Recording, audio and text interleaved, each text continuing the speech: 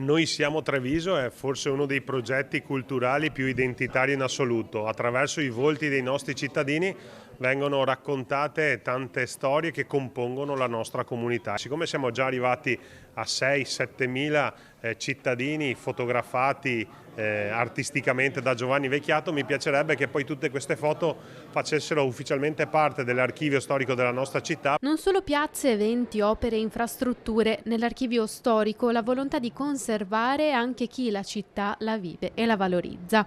Con questo obiettivo si inaugura la 7ª edizione di Noi Siamo Treviso, progetto fotografico partecipativo che negli ultimi anni è diventato simbolo di comunità, appartenenza e condivisione. Dal 9 al 14 giugno, dalle 10 alle 13 e dalle 18 alle 22, sotto la Loggia dei Cavalieri, il fotografo Giovanni Vecchiato. Raccontare l'immagine di Treviso attraverso i volti dei suoi cittadini. E di anno in anno ha sempre più valore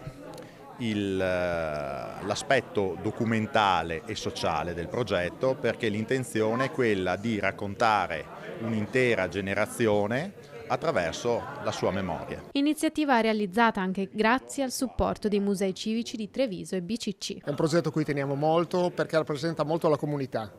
Noi vogliamo ribadirlo, siamo una banca di comunità, una banca di persone.